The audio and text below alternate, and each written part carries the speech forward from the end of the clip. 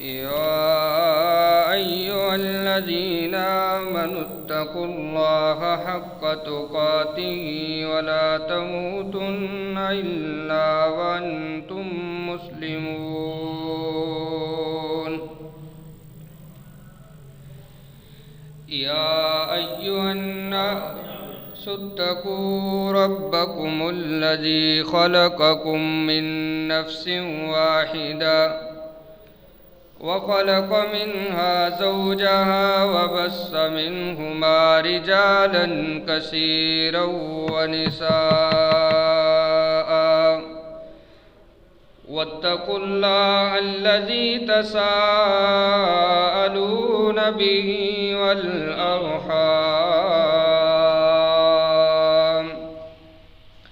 إن الله كان عليكم رقيبا. يا أيها الذين آمنوا اتقوا الله وقولوا قولا سديدا يصلح لكم أعمالكم ويغفر لكم ذنوبكم ومن يطع الله ورسوله فقد فاز فوزا عظيما. أما بعد فإن خير الحديث كتاب الله وخير الهدي هدي محمد صلى الله عليه وسلم وشر الأمور محدثاتها وكل محدثة بدعة وكل بدعة ضلالة وكل ضلالة في النار. رب اشرح لي صدري ويسر لي أمري واحلل عقدة من لساني يفقهوا قولي. رب زدني علما اللهم رب زدني علما وعملا وفهما. اللهم صل على محمد وعلى آل محمد كما صليت على إبراهيم وعلى آل إبراهيم إنك حميد مجيد. أعوذ بالله السميع العليم من الشيطان الرجيم. بسم الله الرحمن الرحيم.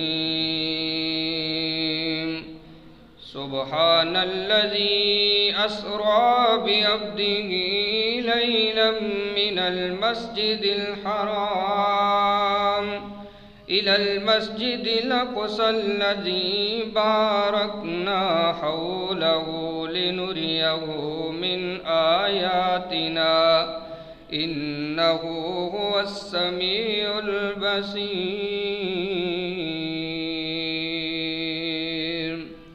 صدق الله مولانا العظيم. وعن معاوية بن أبي سفيان رضي الله تعالى عنهما قال قال قائدنا الأعظم صلى الله عليه وسلم من يرد الله به خيرا يفقهه في الدين.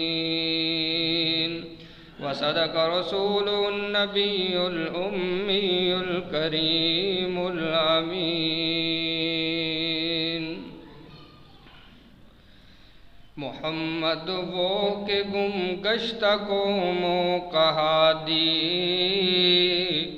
عالم میں علم و عمل کا منادی وہ پیغمبر عزم خود اعتمادی شریعت ہے جس کی بہت سیدھی سادی نہ دنیا پرستی نہ رہبانیت ہے معیشت بدامہ یہ روحانیت ہے نہ دنیا کا طالب نہ دنیا سے غافل رسول الامر یعنی رحیم اور عادل، اور شرف صرف اسلام کو ہے یہ حاصل کہ اس کا نبی ہے ہر صفت میں کامل۔ مشفق وہ جو غیروں کو اپنا بنا لے، وہ قائد قبولوں کو رستہ دکھا دے۔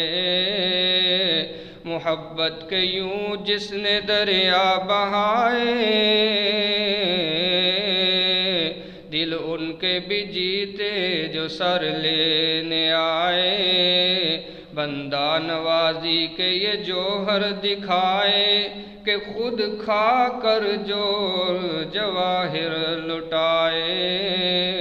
خوشی اپنی غیروں کے غم میں بلا دی، دیا درد جس نے اسے بھی دعا دی۔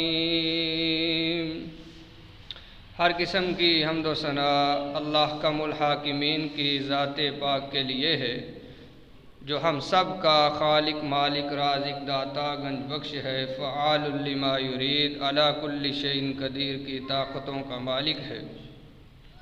انگن لا تعداد بے حد و حساب درود و سلام امام الانبیاء والی بطحا حضرت محمد مصطفیٰ احمد مجتبی صلی اللہ علیہ وآلہ وسلم کی ذات پاک کے لیے، جو ساقی کوثر شاف محشر شفیع المذنبین اور رحمت للعالمین ہے۔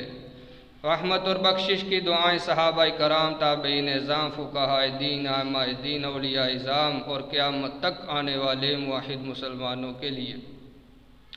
حضرات ذی وقار، آج آپ کے سامنے جو قرآن پاک کی ایک آیت کریمہ تلاوت کی ہے، اسی کو موضوع سخن بنا کر کے گفتگو کرنا چاہتا ہوں۔ اللہ تعالیٰ سے دعا ہے احکم الحاکمین مجھے کتاب و سنت کے مطابق حق سچ بیان کرنے کی شرح صدر کے ساتھ توفیق عطا فرمائے، پھر ہم سب کو سنا کر اس پر کما حق کو ہو عمل پیرا ہونے کی توفیق عنایت فرمائے۔ عزیز دوستو بھائیو، سورہ بنی اسرائیل ہے اور سورۃ الاسراء بھی کہتے ہیں۔ اس کی پہلی جو آیت کریمہ ہے وہ احباب کے سامنے تلاوت کی ہے، جس کے اندر بڑا ہی مشہور و معروف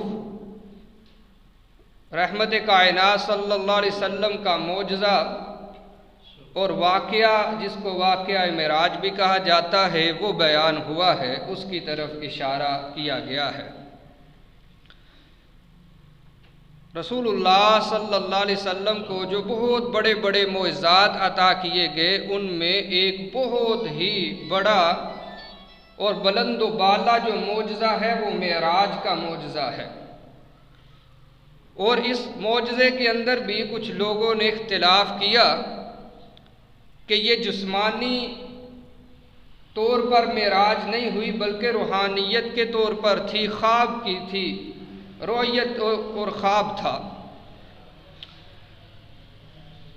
لیکن اہل سنہ والجماع کا متفقہ عقیدہ ہے، اجماع ہے کہ یہ معراج جو ہوا ہے رحمت کائنات صلی اللہ علیہ وسلم کو، وہ خواب میں نہیں ہے بلکہ جسمانی طور پر ہے، اور علی کل شیء قدیر کی طرف سے ہے، وہ جیسا چاہے جو چاہے وہ کرنے پر قادر ہے۔ اگر کوئی جسمانی معراج کا انکار کرتا ہے تو وہ اللہ کی جو قدرت کن ہے اس کا وہ منکر ہے، اور انکار کرتا ہے کہ کن فیکون کہ وہ قدرت کا مالک ہے، کہ جیسے وہ چاہتا ہے اشارہ کن کرتا ہے چیز ہو جاتی ہے۔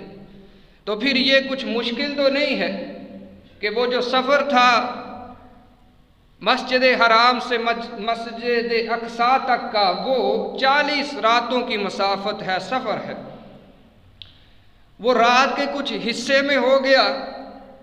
اگر تو خواب تھا تو پھر اس میں کچھ اچنبھا نہیں، عجیب کیا ہے؟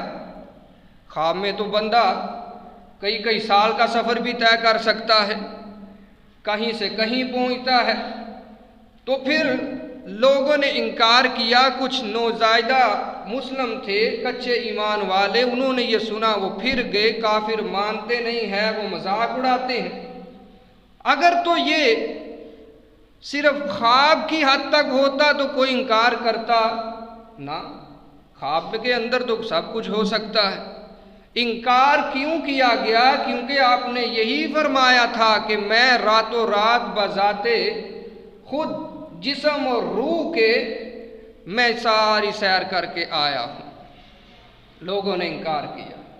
تو یہ کچھ بھی ممکنات اور ناممکنات کی بات نہیں ہے، یہ ممکن ہے کہ ایسا ہو سکتا ہے اور ہوا ہے، اور الحمدللہ ہمارا ایمان ہے، یقین ہے، اعتقاد ہے، ایقان ہے کہ اللہ نے جو اپنے پیغمبر کو معراج کروایا ہے وہ جسمانی معراج تھا۔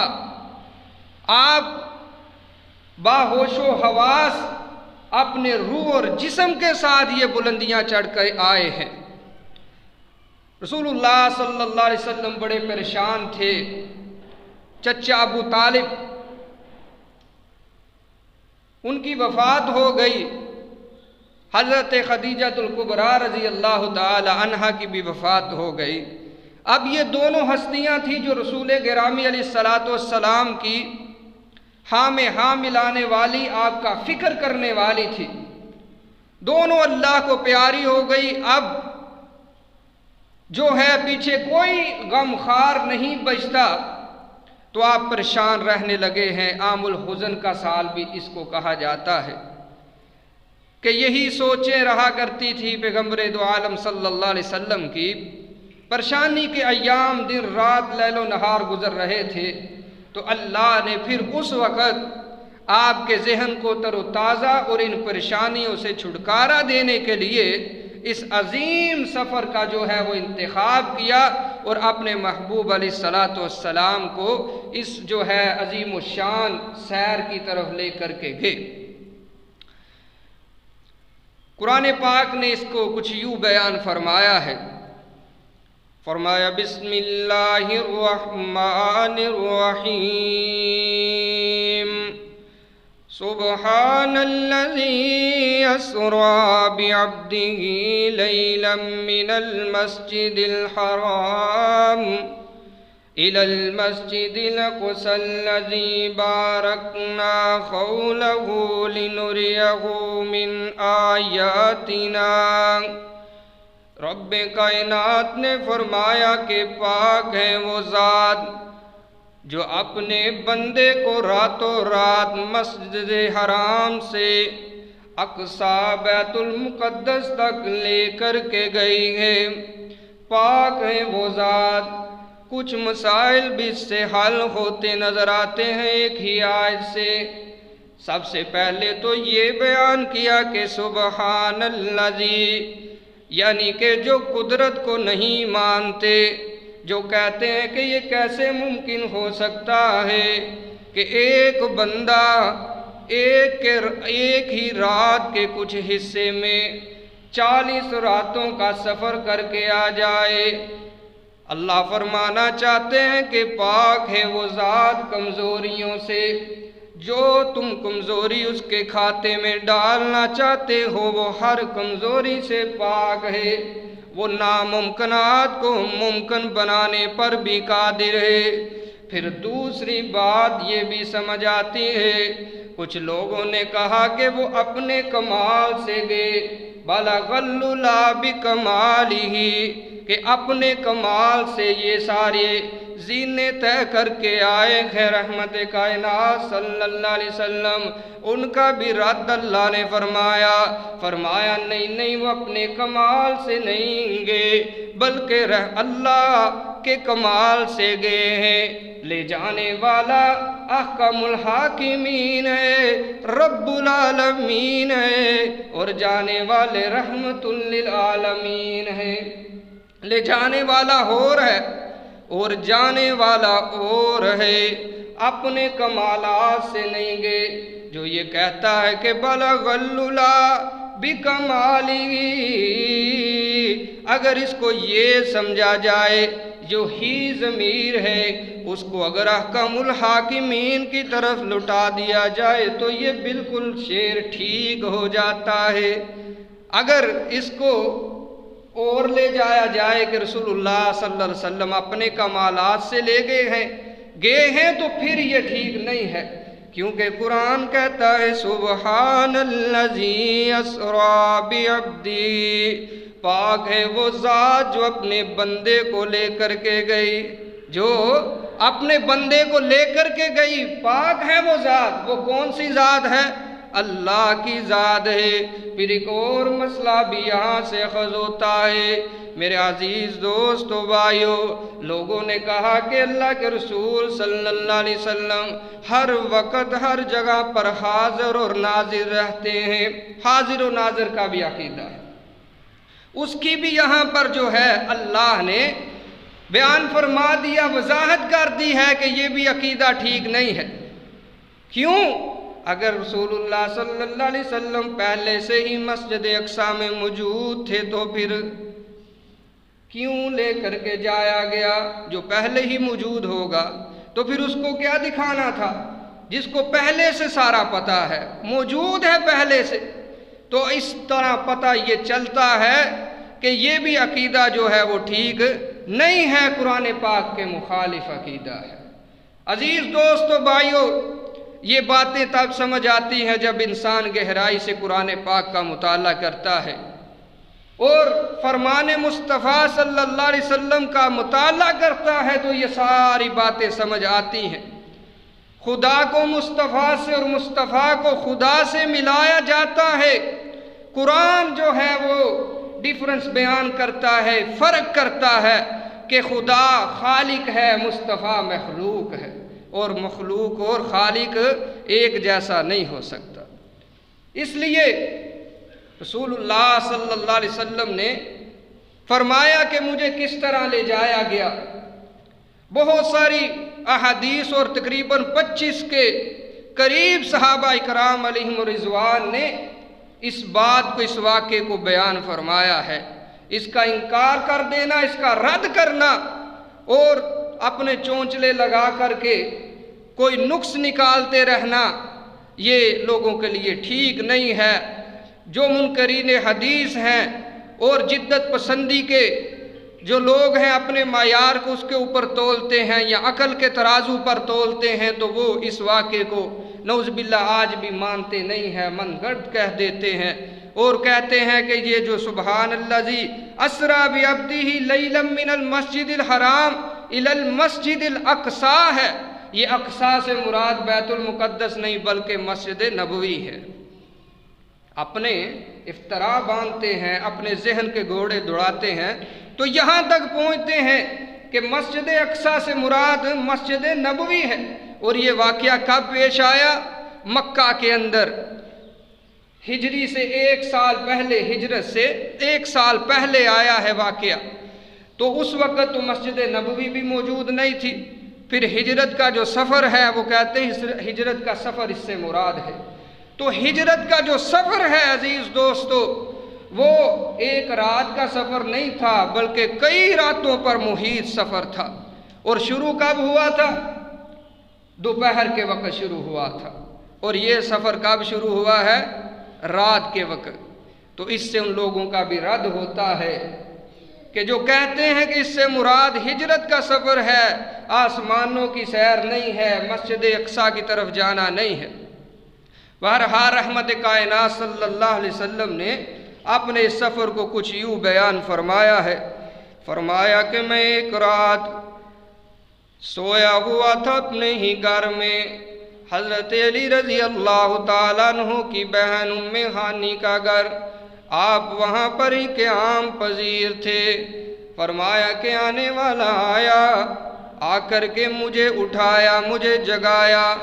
میں نہ تو کمپلیٹلی طور پر سویا ہوا تھا نہ ہی جاگ رہا تھا۔ آ کر کے مجھے اٹھایا اور مسجد حرام میں لے جایا گیا، حتیم کے پاس مجھے لے جایا گیا اور جا کر کے میرا سینہ چاک کیا گیا، میرا دل نکالا گیا اور ایمان اور نور سے میرے دل کو بھرا گیا، اور پھر وہیں پر میرے دل کو لگا دیا گیا۔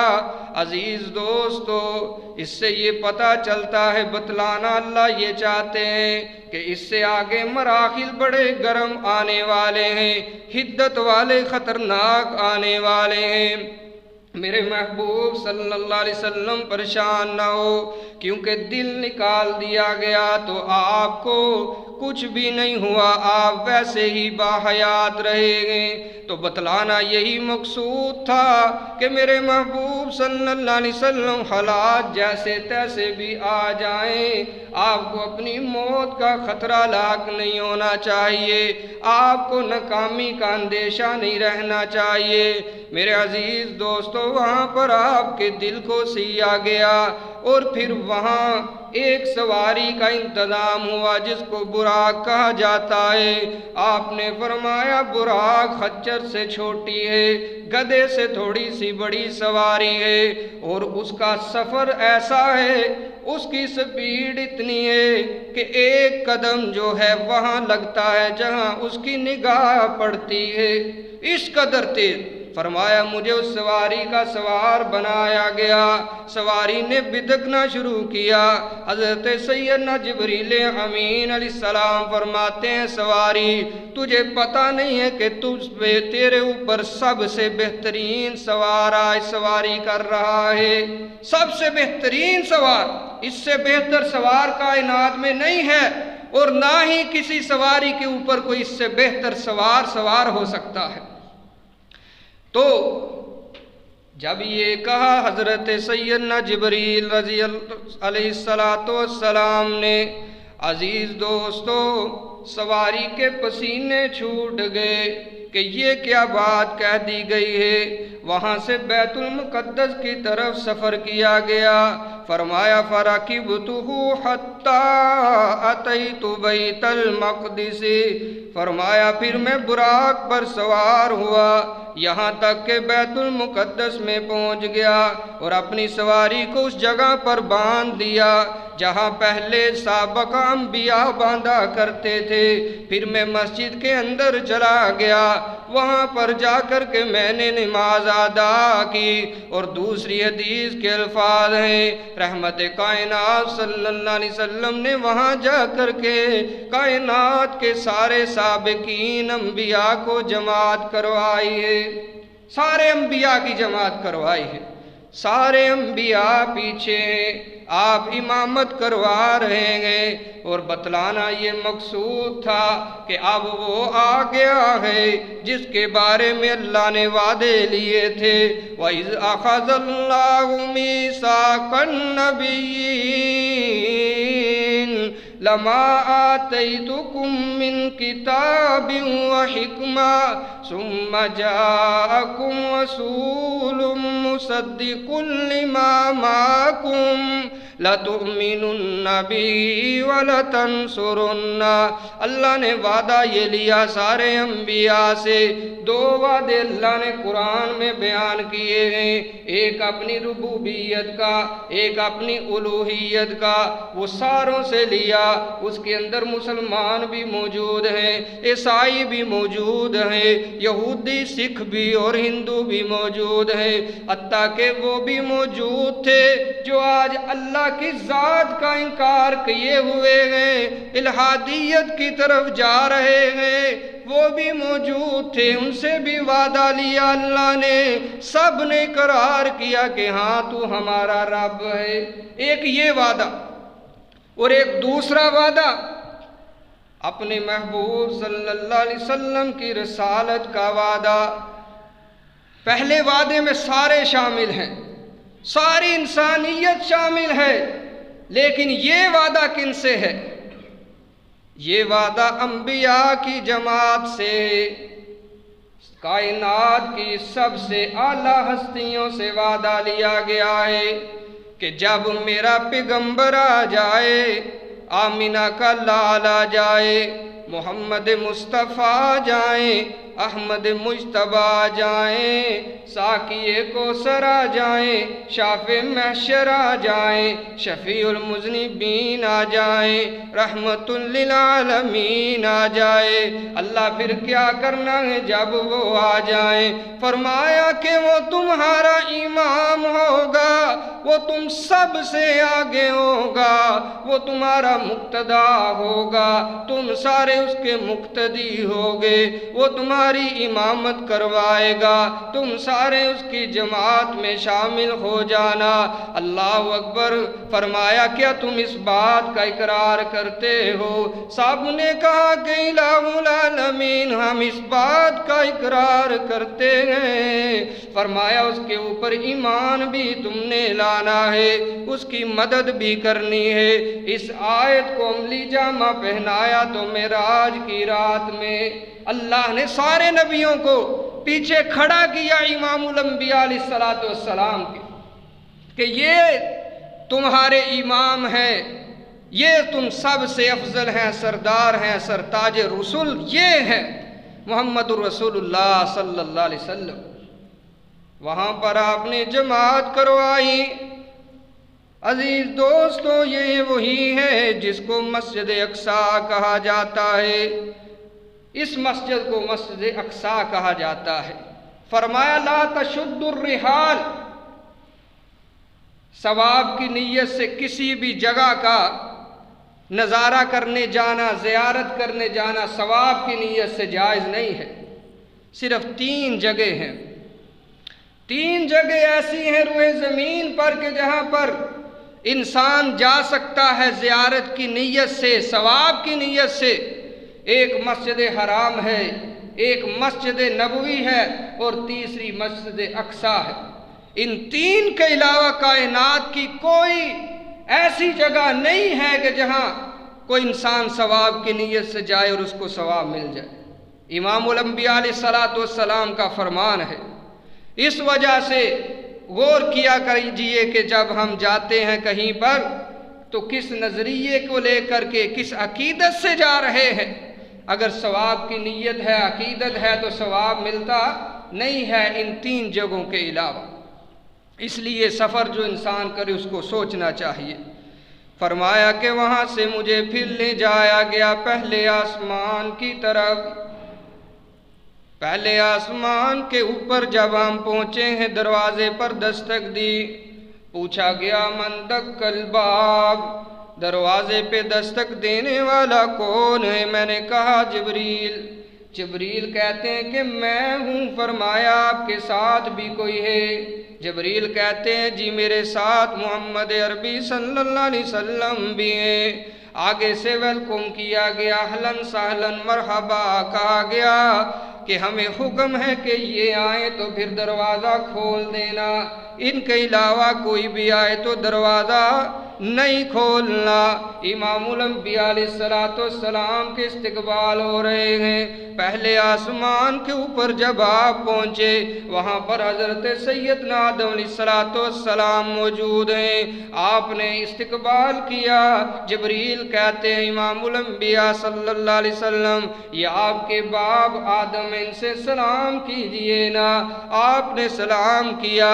انہوں نے کہا اہلاً سہلاً مرحبا، اہلاً سہلاً، آپ کو خوش آمدید کہتے ہیں۔ او میرے بابرکت خیر والے بیٹے، میں آپ کو اہلاً سہلاً کہتا ہوں۔ دعائیں دی حضرت سیدنا آدم علیہ السلام نے۔ اس کے بعد دوسرے آسمان کی بلندیوں کو چڑھا جا رہا ہے۔ وہاں پر بھی جا کر کے دستک دی تو پوچھا کیا کون ہے؟ بہرحال دروازہ کھولا گیا۔ وہاں پر حضرت سیدنا یحییٰ علیہ السلام، حضرت عیسیٰ ابن مریم سے آپ کی ملاقاتیں کروائی گئی۔ عزیز دوستو، انہوں نے بھی استقبال کیا، انہوں نے بھی یہی الفاظ کہے کہ خوش آمدید، آپ کے لیے دعائیں کی گئی۔ تیسرے آسمان کی طرف بلندیاں چڑھی جا رہی ہیں۔ وہاں پر بھی ایسے ہی دروازہ کھلوایا گیا۔ وہاں پر حضرت سیدنا یوسف علیہ السلام سے ملاقات ہوتی ہے، دعائیں دیتے ہیں، ایک دوسرے کو حال احوال پوچھے جاتے ہیں۔ حضرت سیدنا یوسف علیہ السلام کے بارے میں رحمت کائنات صلی اللہ علیہ وسلم فرماتے ہیں وَإِذَا هُوَ قَدْ أُوتِيَ شَطْرَ الْحُسْنِ، یوسف تو اتنے خوبصورت نظر آئے کہ جیسے کائنات کا آدھا حسن ہی ان کو دے دیا گیا ہے، اتنے پیارے یوسف صدیق تھے۔ پھر چوتھے آسمان کی بلندیاں چڑھی جا رہی ہیں، وہاں پر حضرت ادریس علیہ السلام سے ملاقات ہوئی۔ پانچویں آسمان پر سیدنا ہارون علیہ السلام سے ملاقات ہو جاتی ہے۔ پھر چھٹے آسمان پر جایا جاتا ہے، وہاں پر حضرت سیدنا موسیٰ علیہ السلام سے ملاقات کروائی جاتی ہے۔ سیدنا موسیٰ علیہ السلام رو رہے ہیں، کہتے ہیں کہ یہ بچہ، یہ لڑکا بعد میں آیا ہے میرے بعد، لیکن میں نے دیکھا ہے کہ اس کی امت میرے سے بھی زیادہ تعداد میں جنت کے زینے چڑھ رہی ہے۔ ان کی امت کو اللہ نے یہ شرف بخشا ہے کہ بنی اسرائیل سے بھی زیادہ تعداد میں، آپ نے فرمایا کہ میں نے دیکھا اتنی تعداد ہے امتیوں کی مجھے دکھلائی گئی، میں نے سمجھا یہ میری امت کے لوگ ہیں، لیکن بتلایا گیا کہ یہ حضرت موسیٰ ہے۔ فرمایا پھر میری امت کے لوگ تو وہ تھوڑے ہوں گے، یہ تو تعداد ہی گننے میں نہیں آتی۔ فرمایا پھر مجھے کہا گیا کہ محمد صلی اللہ علیہ وسلم اپنی دائیں جانب دیکھیے، میں نے دیکھا سارا افق جو ہے وہ بھرا ہوا ہے، بائیں جانب دیکھیے، ادھر بھی دیکھا سارا خلا بھرا ہوا ہے لوگوں کے ساتھ۔ فرمایا کہ محمد صلی اللہ علیہ وسلم یہ آپ کی امت ہے۔ میں نے وہاں اللہ کا شکریہ ادا کیا اور ساتھ کہا کہ یہ تھوڑے لوگ ہیں، مجھے اور چاہیے۔ عزیز دوستو، ساتویں آسمان پر حضرت ابراہیم علیہ السلام سے نبی رحمت صلی اللہ علیہ وسلم کی ملاقات ہوتی ہے، اور وہ کہتے ہیں، رسول اللہ صلی اللہ علیہ وسلم ارشاد فرماتے ہیں کہ جب میں ان سے ملا فَإِذَا أَنَا يَا إِبْرَاهِيمَ مُسْنِدًا ظَهْرَهُ إِلَى الْبَيْتِ الْمَأْمُورِ وَإِذَا هُوَ يَدْخُلُ كُلَّ يَوْمٍ 70 أَلْفًا مَلَكٍ لَا يَعُودُونَ إِلَيْهِ۔ میں نے دیکھا ابراہیم علیہ السلام بیت المعمور کی ساتھ ٹیک لگا کر کے بیٹھے ہوئے ہیں، یہ بالکل بیت اللہ کے اوپر بیت المعمور ہے۔ فرمایا ایک جگہ پر رسول اللہ صلی اللہ علیہ وسلم نے کہ مثال کے طور پر اگر وہ بیت اللہ کے جو اوپر بیت المعمور ہے وہ گر جائے تو سیدھا بیت اللہ کے اوپر آ کر کے گرے، یعنی اتنی سیدھ میں ہے بیت اللہ کے۔ اور فرمایا روزانہ 70,000 فرشتہ اس بیت المعمور کا طواف کرتا ہے، اور جس کی ایک دفعہ باری آتی ہے پھر دوبارہ قیامت تک اس کی باری نہیں آ سکتی۔ تو آپ اندازہ لگائیے کہ اللہ کے فرشتوں کی تعداد کس قدر ہوگی۔ 70,000 ایک دن میں چکر لگا رہا ہے، اور قیامت تک دوبارہ وہ ترسے گا لیکن چکر نہیں لگا سکتا۔ فرمایا اس کے بعد مہمان نوازی کی گئی رسول اللہ صلی اللہ علیہ وسلم کی۔ فرمایا ثم أتيت بإناء من خمر وإناء من اللبن وإناء من عسل فأخذت اللبن۔ فرمایا مجھے شہد دیا گیا، پھر مجھے دودھ پکڑایا گیا، شراب کا گلاس دیا گیا کہ ان تینوں میں سے جو چاہیں پی لیجئے۔ میں نے دودھ کو پسند کیا اور دودھ نوش کیا۔ جبریل امین علیہ السلام فرماتے ہیں کہ محمد صلی اللہ علیہ وسلم آپ نے فطرت کو پسند کیا ہے، اگر آپ شراب پی لیتے تو آپ کی ساری امت ہی گمراہ ہو جاتی۔ شراب نام ہی گمراہی کا نا، کہ جو پی لیتا ہے پھر وہ ماں بہن بیٹی کی بھی تمیز بھول جاتا ہے، ایسا نشہ آتا ہے شراب کا۔ تو فرمایا قربان جاؤں آپ نے فطرت کو قبول کیا ہے، دودھ کو قبول کیا ہے، جس کو اللہ نے بھی قرآن پاک میں لبنن خالصاً سائغا للشاربین فرمایا ہے کہ یہ لذیذ چیز ہے، پینے والے کو بہت ہی راحت پہنچاتا ہے، یہ فطرت کا تقاضا ہے۔ پھر رسول اللہ صلی اللہ علیہ وسلم سدرۃ المنتہا کی طرف چڑھے ہیں، صحیح مسلم کی ایک روایت ہے، فرمایا الیہا ینتہی ما یعرج بہ من الارض فیقبض منها وإلیہا ینتہی ما یحبط بہ من فوقها۔ سدرۃ المنتہا وہ مقام ہے جہاں زمین سے اوپر کو اٹھائی جانے والی جو چیز پہنچائی جاتی ہے اور وہاں اسے وصول کر لیا جاتا ہے، یعنی اس سے آگے کوئی نہیں جا سکتا۔ اور یہ ایسی بیری ہے کہ جس کے بیر جو ہیں وہ مٹکوں جیسے بڑے ہیں، اور اس کے جو پتے ہیں اس کا سائز ہاتھی کے کانوں کا جتنا ہے، اتنے بڑے بڑے پتوں والے، اور اس کو سونے کے پروانوں نے ہر وقت جو ہے سونے کی تتلیاں اس کے ارد گرد منڈلاتی رہتی ہیں۔ اس کی خوبصورتی اتنی ہے کہ کوئی انسان بیان نہیں کر سکتا، وہ اس قدر اللہ نے خوبصورت چیز بنائی ہے۔ سدرۃ المنتہا وہاں پر لے جایا گیا، وہاں پر حضرت محمد کریم صلی اللہ علیہ وسلم نے دیکھا حضرت جبرائیل امین کو اپنی اصلی حالت میں وہاں پر دیکھا۔ یہاں پر کچھ لوگ جو ہیں وہ مغالطہ کھا جاتے ہیں، کہتے ہیں کہ رسول اللہ صلی اللہ علیہ وسلم نے یہاں پر اللہ کا دیدار کیا ہے، لیکن یہ بات ٹھیک نہیں ہے، کیونکہ حضرت سیدہ ام المؤمنین حضرت عائشہ رضی اللہ تعالی عنہا سے کسی نے پوچھا تھا کہ اللہ کے رسول صلی اللہ علیہ وسلم نے اللہ کو دیکھا تھا، فرمایا کہ یہ بات تم نے کیسے کہہ دی ہے کہ انہوں نے اللہ کو دیکھا ہے؟ فرمایا کہ اللہ کو نہیں دیکھا، کہنے والے نے یہ بات کہی، یہ آیتیں جو ہیں وہ بیان کی کہ وَلَقَدْ رَآهُ نَزْلَةً أُخْرَى عِنْدَ سِدْرَةِ الْمُنْتَهَى عِنْدَهَا جَنَّةُ الْمَأْوَى إِذْ يَغْشَى السِّدْرَةَ مَا يَغْشَى مَا زَاغَ الْبَصَرُ وَمَا طَغَى کہ اللہ نے قرآن میں فرمایا ہے کعبہ کو حسین کہ اتنے قریب ہو گئے رسول اللہ صلی اللہ علیہ وسلم کہ جس طرح کمانے دو ہیں وہ اتنی قریب، اتنے جو ہے قریب آپ ہوئے۔ تو یہ تو قرآن نے بیان فرمایا ہے۔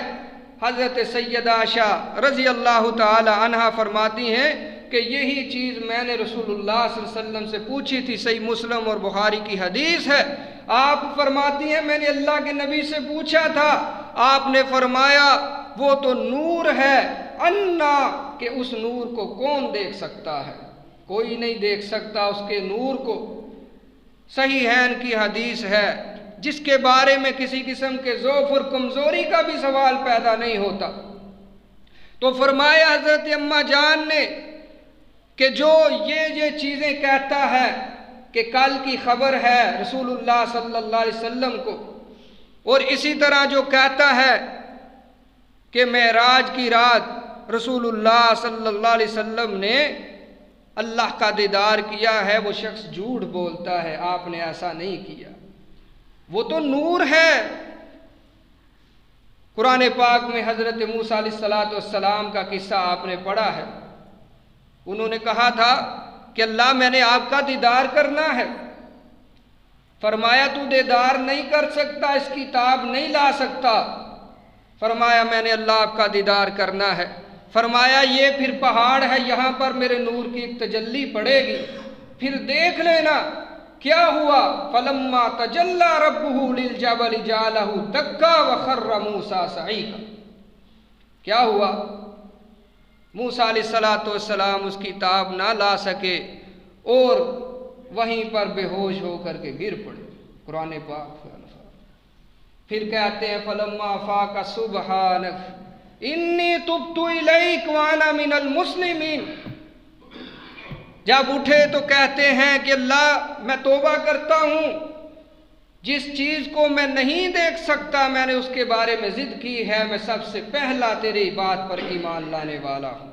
موسیٰ ہے سیدنا موسیٰ علیہ السلام اللہ کے جلیل القدر نبی ہیں۔ تو میرے عزیز دوستو بھائیو، اس کے اندر کوئی بات اختلاف کی نہیں ہے، اختلافی نوٹ میں آپ کو نہیں دے رہا، بلکہ دلائل کی دنیا کا ایک تعارف دے رہا ہوں کہ اماں جان حضرت سیدہ عائشہ رضی اللہ تعالی عنہا نے فرمایا تھا، صحیح بخاری اور مسلم کے اندر روایتیں موجود ہیں اور بھی کتب احادیث میں، کہ اللہ کا کوئی دیدار نہیں کر سکتا اس دنیاوی آنکھ کے ساتھ۔ فرمایا لا تدرکہ الابصار وہو یدرک الابصار، اللہ کو کوئی بھی اس کا جو ہے آنکھ ادراک نہیں کر سکتی، اس کو نہیں دیکھ سکتی۔ تو فرمایا ان آیتوں کے بارے میں کیا خیال ہے؟ فرمایا اس سے مراد حضرت سیدنا جبریل امین ہے کہ آپ نے معراج کی رات جو ہے اللہ کو نہیں بلکہ حضرت جبریل امین کو اتنی قریب سے دیکھا ہے۔ فرمایا کہ 600 پر تھے اور ایک پر جو ہے وہ مشرق سے مغرب تک پھیلا ہوا ہے۔ ذی قوت، اللہ بیان فرماتے ہیں کہ وہ اتنی قوت والا میرا فرشتہ ہے۔ تو ایک دفعہ آپ نے اس وقت دیکھا تھا جب وحی کا ابھی آغاز تھا، 2 دفعہ اصلی حالت میں، جس حالت میں جبریل امین کو بنایا گیا ہے، اللہ کے پیغمبر علیہ السلام نے دیکھا، ایک معراج کی رات اور ایک جو ہے اس سے پہلے۔ عزیز دوستو بھائیو، یہ مختصر طور پر آپ کے سامنے قصہ معراج بیان کیا ہے، انشاءاللہ اس کو جاری اور ساری رکھیں گے۔ آگے جنت کی سیر ہے اور بہت ساری جو چیزیں اللہ کے محبوب علیہ السلام کو ایک رات کے کچھ حصے میں دکھائی گئی ہیں، کروائی گئی ہیں، لیکن ایک جمعے کے اندر ہم اس کا مختصر حصہ صرف بیان اور کر سکے اور سن سکے ہیں۔ انشاءاللہ یہ سلسلہ جاری رہے گا۔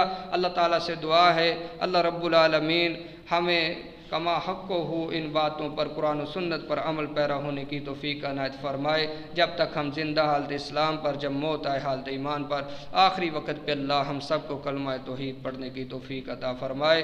واقول قولی ھذا واستغفر اللہ لی ولکم